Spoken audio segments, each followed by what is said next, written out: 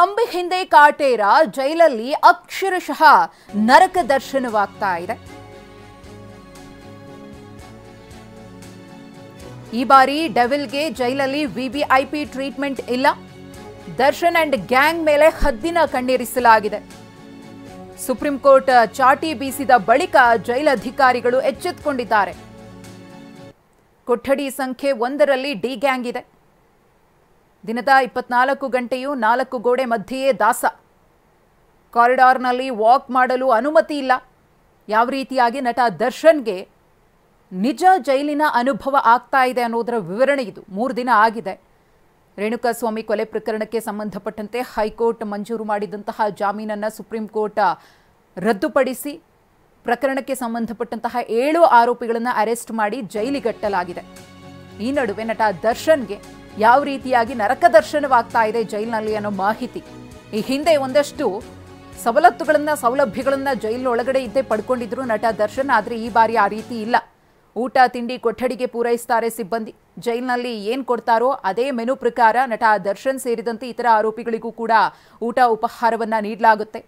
ವಿಶೇಷವಾಗಿ ಮನೆಯಿಂದ ಊಟ ತರಿಸ್ಕೊಳ್ಳೋದಕ್ಕೂ ಕೂಡ ಅನುಮತಿ ಇಲ್ಲ. ದರ್ಶನ್ ಇರುವಂತಹ ಕೊಠಡಿಯಲ್ಲಿ ಟಿವಿ ಕೂಡ ಇಲ್ಲ.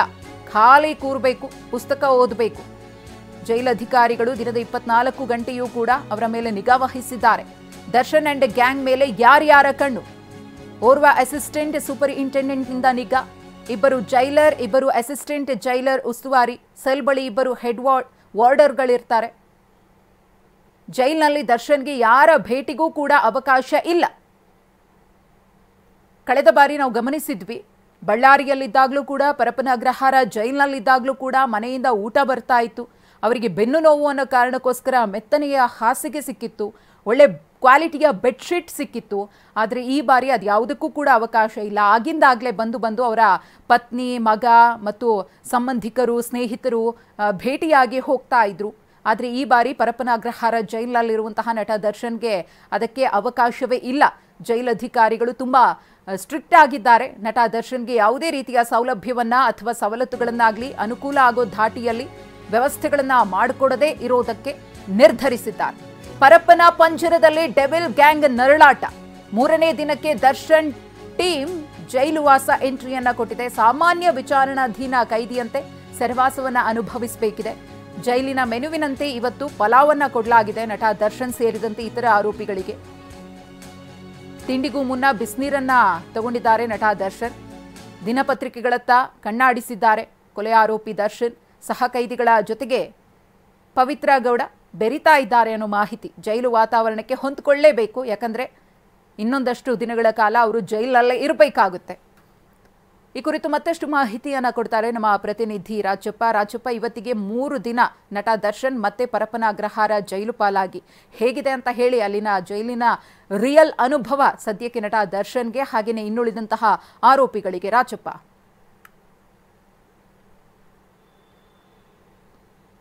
ಮಧುಶ್ರೀ, ದರ್ಶನ್ಗೆ ಕಳೆದ ಬಾರಿ ಸಿಗ್ತಾ ಇದ್ದಂತಹ ಟ್ರೀಟ್ಮೆಂಟ್ಗಿಂತ ಈ ಬಾರಿ ಏನು ಅವರು ಜೈಲಲ್ಲಿ ಇದ್ದಾರೆ, ಈ ಬಾರಿ ತುಂಬಾನೇ ಡಿಫ್ರೆಂಟ್ ಅಂತ ಹೇಳ್ಬೋದು. ಯಾಕಂತಂದ್ರೆ ಸುಪ್ರೀಂ ಕೋರ್ಟ್ ಜೈಲಧಿಕಾರಿಗಳಿಗೆ ಎಚ್ಚರಿಕೆಯನ್ನ ಕೂಡ ಕೊಟ್ಟಿರುವಂತದ್ದು, ಯಾವುದೇ ರೀತಿಯಲ್ಲೂ ಕೂಡ ವಿವಿಐಪಿ ಟ್ರೀಟ್ಮೆಂಟ್ ಅನ್ನ ಕೊಡಬಾರ್ದು ಅಂತ ಹೇಳಿ. ಆ ಒಂದು ನಿಟ್ಟಿನಲ್ಲಿ ಹಿರಿಯ ಅಧಿಕಾರಿಗಳು ನಿರಂತರವಾಗಿ ದರ್ಶನ್ರ ಚಲನವಲನಗಳ ಮೇಲೆ ಮಾನಿಟರ್ ಅನ್ನ ಕೂಡ ಮಾಡ್ತಾ ಇರುವಂತದ್ದು.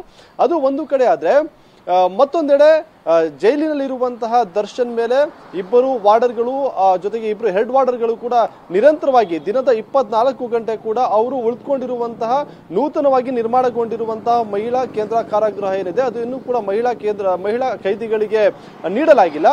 ಅಲ್ಲಿ ಮೊದಲು ಕ್ವಾರಂಟೈನ್ ಜೈಲಾಗಿ ಅದನ್ನು ಮಾಡಿಕೊಂಡಿದ್ರು. ಈಗ ಅದೇ ಒಂದು ಜೈಲಿನಲ್ಲಿ ದರ್ಶನ್ ಸೇರಿದಂತೆ ಉಳಿದ ಆರೋಪಿಗಳನ್ನ ಇರಿಸಲಾಗಿರುವಂತದ್ದು. ಅಂದ್ರೆ ಅಲ್ಲಿ ಕಾರಿಡಾರ್ ಅಲ್ಲಿ ವಾಕ್ ಮಾಡುವಂತದ್ದಾಗಿರ್ಬೋದು, ಹೊರಗಡೆ ಬಂದು ಕೂರುವಂತದ್ದಾಗಿರ್ಬೋದು ಆರಾಮಾಗಿ, ಯಾವುದಕ್ಕೂ ಕೂಡ ಈ ಬಾರಿ ದರ್ಶನ್ಗೆ ಅವಕಾಶ ಇಲ್ಲ. ಕೇವಲ ತಮ್ಮ ಕೊಠಡಿಯಲ್ಲೇ ಇರಬೇಕಾಗತ್ತೆ, ಕೋಣೆಯಲ್ಲೇ ಇರಬೇಕಾಗತ್ತೆ. ಅಲ್ಲೇ ಜೈಲು ಸಿಬ್ಬಂದಿಗಳು ಅವರಿಗೆ ಊಟ ತಿಂಡಿ ಎಲ್ಲವನ್ನ ಅಲ್ಲೇ ಪೂರೈಕೆ ಮಾಡ್ತಾ ಇರುವಂತದ್ದು. ಅದ್ರ ಜೊತೆಗೆ ಅವ್ರು ಉಳ್ಕೊಂಡಿರುವಂತಹ ಕೊಠಡಿಯಲ್ಲಿ ಒಂದು ಟಿವಿ ಕೂಡ ಇಲ್ಲ. ಕೇವಲ ಒಂದು ಪೇಪರ್ ಓದಬೇಕು, ಇಲ್ಲಾಂದ್ರೆ ಬುಕ್ಸ್ ಓದಬೇಕು. ಈ ರೀತಿಯಾಗಿ ಪ್ರತಿನಿತ್ಯ ನಟ ದರ್ಶನ್ ಕಾಲ ಕಳೆಯುವಂತಹ ಸ್ಥಿತಿಯಲ್ಲಿ ಉಂಟಾಗಿರುವಂತದ್ದು.